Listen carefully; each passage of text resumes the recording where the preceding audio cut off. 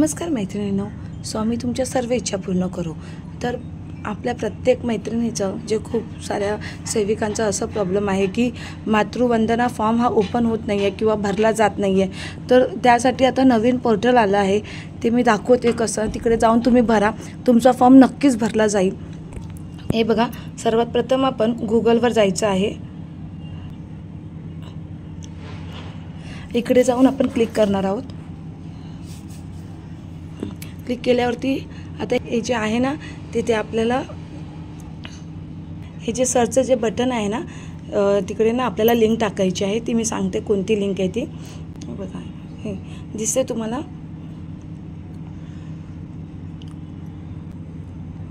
हे बघा, ही www.pmmvywcd.gov.in अशी म्हणून एक वेबसाईट आहे। त्या वेबसाईटवरती आपल्याला क्लिक करायचं आहे। तर आता बघा, इथे मी क्लिक करते। क्लिक केल्यावरती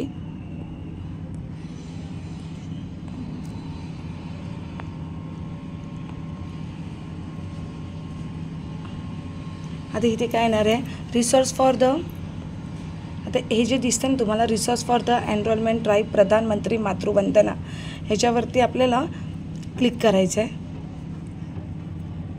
ह्याच्यावरती क्लिक केल्यावरती आपल्यासमोर हा पेज ओपन होणार आहे। आता हा पेज ओपन झाल्यावरती हे जे लॉगिन आहे ना, त्याच्यावरती आपण क्लिक करणार आहोत। लॉगिनच्या बटनवरती क्लिक केल्यावरती हे बघा, माझ्यासमोर हा पेज ओपन झाला आहे। आता इकडे काय आहे, तर इकडे दिसत आहे यूजर आय डी, इथे आहे पासवर्ड, इथे आहे कॅप्चा जो आपल्याला याच्यामध्ये फिलअप करायचा आहे,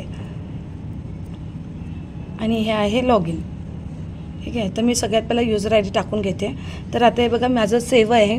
तर तुम्ही तुमचा यूजर आय डी आहे, जो यूजर आय डी आपण काय टाकतो, ANG आणि आपला अंगणवाडी कोड नंबर आणि पासवर्ड, तो पासवर्ड आपल्याला टाकायचा आहे। तर माझा ऑलरेडी मी सेव्ह करून ठेवला आहे, त्याच्यामुळे मी इथे कंटिन्यू करते।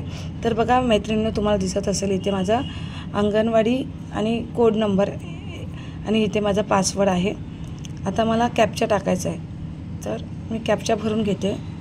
WK6R। आता हा कॅप्चा भरून झाल्याच्यानंतर मी इथे लॉग इन करणार आहे। लॉग इन केल्याच्यानंतर बघा, इथे व्हेरीफाय आणि इथे हा माझा यूजर आय डी दिसत आहे। आता मी व्हेरीफायला क्लिक, तुम्हाला OTP येणार आहे, तो मला इथे फिलअप करायचा आहे। तो मी ह्या बॉक्समध्ये टाकून घेणार आहे। बघा, माझा OTP आला आहे। मी माझा OTP टाकला आहे इथे। आता हे जे व्हॅलिड आहे ना, ह्याच्यावरती आपल्याला क्लिक करायचं आहे। बघा, व्हॅलिडवरती क्लिक केल्यावरती माझ्यासमोर हा पेज ओपन होतो आहे। आता जे तुम्हाला इथे जे 3 लाईन दिसत आहेत ना, हे जे 3, त्याच्यावरती आपल्याला क्लिक करायचं आहे। ह्याच्यावरती क्लिक केल्याच्यानंतर आता हे जे डाटा एंट्री आहे ना, त्या डाटा एंट्रीवरती आपण क्लिक करणार आहोत। डाटा एंट्रीवरती क्लिक केल्याच्यानंतर आपल्यासमोर बेनिफिशरी रजिस्ट्रेशन हे असं ओपन होतं, ते आपल्याला त्याच्यावरतीच क्लिक करायचं आहे। हे बघा, त्याच्यावरती क्लिक केल्याच्यानंतर हा आपल्यासमोर पूर्ण फॉर्म ओपन झाला आहे। तर आता सर्वात पहिला, समजा आता तुमच्याकडे गरोदर आहे किंवा स्तनदा आहे, तर तुम्ही पहिले अपत्यासाठी, आता ते इथे काय लिहून आले, केंद्र सरकार, राज्य सरकार आणि सार्वजनिक क्षेत्रात काम करणारे कर्मचारी आहात का, तर नाही लिहायचं आहे, कारण ते असेल तर आपल्याला त्याचा लाभ मिळणार नाही आहे, म्हणून नाही लिहायचं। साठी अर्ज करीत आहात का, तर आता समजा ती जर पहिली गरोदर असेल तर टाका, किंवा तिचं दुसरं अपत्य मुलगी आहे तर ती आपण इकडे खून करायची। पण आता जर पहिलं अपत्य असेल तर इकडे, दुसरं अपत्य असेल आणि ते पण मुलगी असेल तर इकडे करायचं। आता जिवंत अपत्यांची संख्या, आता समजा माझ्याला पहिलं अपत्य नाही आहे, ती गरोदर आहे, आता गरोदर आहे, पहिल्यांदाच आहे, मग तिथे म्हणून मी तिथे 0 केलं आहे। आता लाभार्थ्याकडे आधार कार्ड आहे का, होय, आणि इथे आपण क्लिक करायचं आहे। हे बघा, तुम्हाला इथे दिसत असेल, इथे मी क्लिक केलं आहे। आता ह्यानंतर इथे हे जे ऑप्शन दिसतं आहे, याच्यामध्ये तिचं नाव टाकून घ्यायचं आहे। नाव नेहमी आधार कार्ड समोर ठेवूनच भरायचं आहे। त्यानंतर इकडे जे दिसतं आहे त्याच्यामध्ये तिचा आधार नंबर टाकायचा आहे। हे बघा, इकडे तिचा आधार नंबर टाकायचा आहे।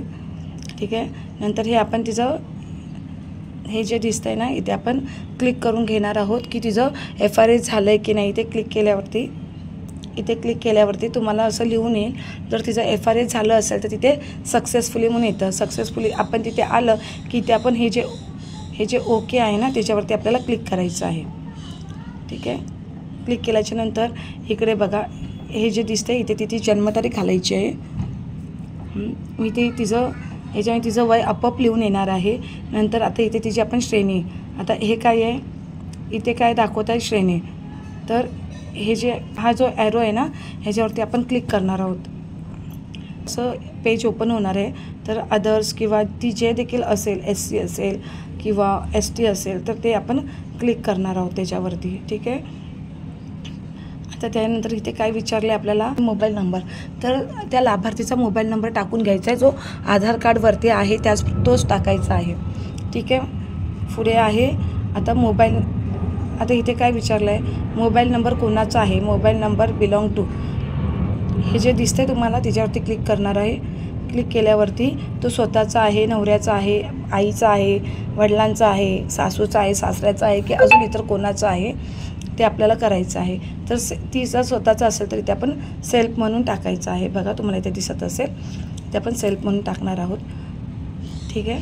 पुढे आता इथे पात्रतेचा पुरावा, तर हे जे दिसतं आहे ना त्याचं निकष, तर मग हे जे ॲरो दिसतं आहे आपल्याला इथे क्लिक करायचं आहे. आता इकडे जे सिलेक्ट डॉक्युमेंट्स आहे ना त्याच्यावरती आपल्याला क्लिक करायचं आहे. ठीक आहे. क्लिक केल्यावरती आता इकडे जे तुमच्याकडे आहेत डॉक्युमेंट्स म्हणजे ई-श्रम कार्ड किंवा BPL card, ration card, BPL ration card किंवा आयुष्मान भारत कार्ड, त्यातलं जे देखील काही असेल ST woman, SC woman, pregnant किंवा AWC अंगणवाडी हेल्पर, आशा वर्कर यांच्याकडे जे देखील कार्ड आहेत ते तुम्ही त्यामध्ये सबमिट करायचं आहे. ठीक आहे. आणि मग त्यानंतर त्याचं जे कार्डवरचा जे नंबर असतो ओळख नंबर तो आपल्याला याच्यामध्ये टाकायचा आहे. त्यानंतर इथे जे चूज फाईल आहे त्याच्यावरती आपण क्लिक करून इथे बघा ह्याच्यामध्ये जाऊन जे फोटोचे जे आपल्याकडे ऑप्शन असतात म्हणजे गॅलरी असते, गॅलरीवरती क्लिक करून तुम्ही त्यांचे फोटोज त्याच्यामध्ये सबमिट करू शकता. तर जसं माझ्याकडे ई-श्रम कार्ड आहे तर मी ते टाकले, ते सबमिट करेन वगैरे असं. तर जेव्हा सबमिट करतो तेव्हा बघा तुम्हाला इथे दिसून येईल की तिचा इमेज दिसतोय, म्हणजे ती फाईल अपलोड झाली आहे याच्यामध्ये. ठीक आहे. त्याच्यानंतर इथे काय आहे महत्त्वाच्या तारखा, माता बाल संरक्षण MCP कार्ड तपशील. मग आता ह्याच्यामध्ये ना तिचा RCH नंबर टाकायचा आहे जो तुम्हाला आपल्या CHV किंवा आशा वर्करकडून मिळतो. तर त्याचा पूर्ण फ्रंट पेज जो असतो त्याच्यामध्ये तिचं नाव असतं, RCH नंबर असतो, तिची डेट असते, LMP असते, लास्ट डेट असते, तिचा मोबाईल नंबर असतो, आधार कार्ड नंबर असतो, ते सगळं एका पेजवरती असतं. ते आपल्याला ह्या बॉक्समध्ये त्याचा नंबर सेंड करायचा आहे, RCH नंबर. त्यानंतर हे आपण नाही भरलं तरी चालतं. पुढे जाऊया. इकडे जे आहे upload RCH ID MCP card म्हणजे चूज फाईल, हे जे आहे चूज फाईल त्याच्यावरती क्लिक करून आपण RCH नंबर टाकायचा आहे. सेम तसंच गॅलरीमध्ये जाऊन फोटोवरती क्लिक करून आपण तिचा RCH नंबर जो देखील काय आहे, जसं आता समजा इथे आहे तर हा तुम्हाला दिसत असेल तिचा RCH नंबर, हा इथे आपण क्लिक केल्यावरती तिचा RCH नंबर जाईल. मग ते बघा तुम्हाला इथे परत ते दिसून येत आहे की हिचा RCH MCP कार्ड फाईलमध्ये सेव्ह झालं आहे. ठीक आहे. त्यानंतर येते तिची इथे LMP म्हणजे मासिक पाळीचा दिनांक, लास्ट जेव्हा तिची शेवटची मासिक पाळी कोणती होती ती टाकायची आहे. त्यानंतर इकडे टाकायचं ANC डेट म्हणजे जेव्हा ती फर्स्ट चेकिंगला जाते हॉस्पिटलमध्ये किंवा नाव नोंदणी करते ती त्याची ANCची फर्स्ट दिनांक असतो तो इथे आपल्याला अपलोड करायचा आहे. जर तुम्हाला माहिती नसेल तर तिने जो पहिली सोनोग्राफी केली असेल तो दिनांकसुद्धा तुम्ही इथे अपलोड करू शकता. त्यानंतर ज्या लाभार्थीसाठी नोंदणी करत आहात ज्या लाभार्थीसाठी नोंदणी करत आहात त्यावेळी प्रसूती झाली आहे का. आता ती माझी गरोदर आहे म्हणजे तिची प्रसूती झालेली नाही आहे. जर तुमच्याकडे स्तनदा असेल तर तुम्ही ते होय करायचं. आता माझ्याकडे नाही आहे म्हणून मी इथे नाही क्लिक करणार आहे कारण तिची प्रसूती अजून झाली नाही, ती गरोदर आहे म्हणून. नेक्स्ट इथे इकडे आपोआपच बाळाची जन्मदिनांक येणार नाही आहे, कारण मी तिथे नाही म्हणून केलं आहे. जर हो केलं असतं तर इकडे आपल्याला बाळाची दिनांक टाकावा लागला असता. आता इथे काय विचारलं आहे, सध्याचा पत्ता. आता इथे आपण मी ग्रामीण म्हणजे गावामध्ये राहत नाही आहे, मी शहरी भागामध्ये राहते. माझी अंगणवाडी शहरामध्ये चालते, म्हणून माझ्या इथे शहरी म्हणून आलेलं आहे. हे बघा, आता ह्यात तुम्ही तिचा पत्ता टाकणार आहात. हा म्हणजे जो आधार कार्डवरती जो तिचा पत्ता आहे तोच तुम्हाला ह्याच्यामध्ये फिलअप करायचा आहे. त्यानंतर इकडे जो तुम्हाला दिसत असेल, इथे ऑलरेडी लिहून आलं आहे महाराष्ट्र, इथे लिहून आलं आहे सबर्बन. याला आपल्याला काहीच करायचं नाही आहे, कारण मी महाराष्ट्रामध्ये आहे म्हणून महाराष्ट्र लिहून आलं आहे. माझी मुंबई सबर्बनमध्ये अंगणवाडी आहे, मग ती माझी आपोआपच लिहून आली आहे. त्यानंतर स्थानिक शहरी संस्था ग्रेटर मुंबई, हे बघा इथे लिहून आलं आहे ग्रेटर मुंबई. आता इकडे वॉर्ड आहे, हे बघा इथे वॉर्ड आहे, सिलेक्ट वॉर्ड. मग ते आपल्याला इथे क्लिक करून, बघा इथे क्लिक करून इथे तुमच्यासमोर तुमच्या एरियातले सगळे वॉर्ड्स येणार आहेत. तर तुमचा कोणता वॉर्ड्स आहे त्याच्यावरती क्लिक करून तुम्ही तिथे सबमिट करायचं आहे.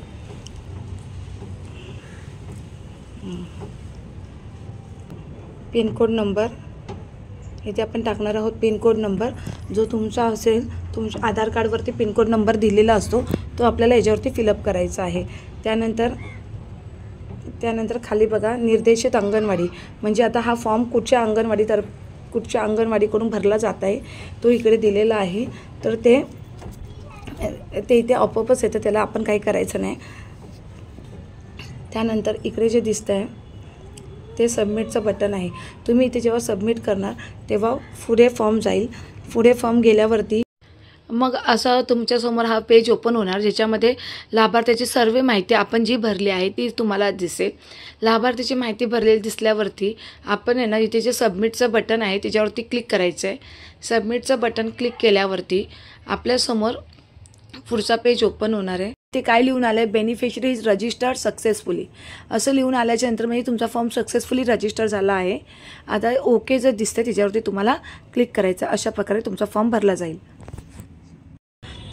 ठीक आहे मैत्रिणींनो, मी आशा करते तुम्हाला हा फॉर्म समजला असेल. तर तुम्ही सुद्धा त्या लिंकवरती जाऊन तुम्ही जर फॉर्म भरला तर नक्कीच तुमचा फॉर्म सबमिट होणार आहे. तर तुम्ही प्रयत्न करा त्या लिंकवरती जाऊन फॉर्म भरायचा.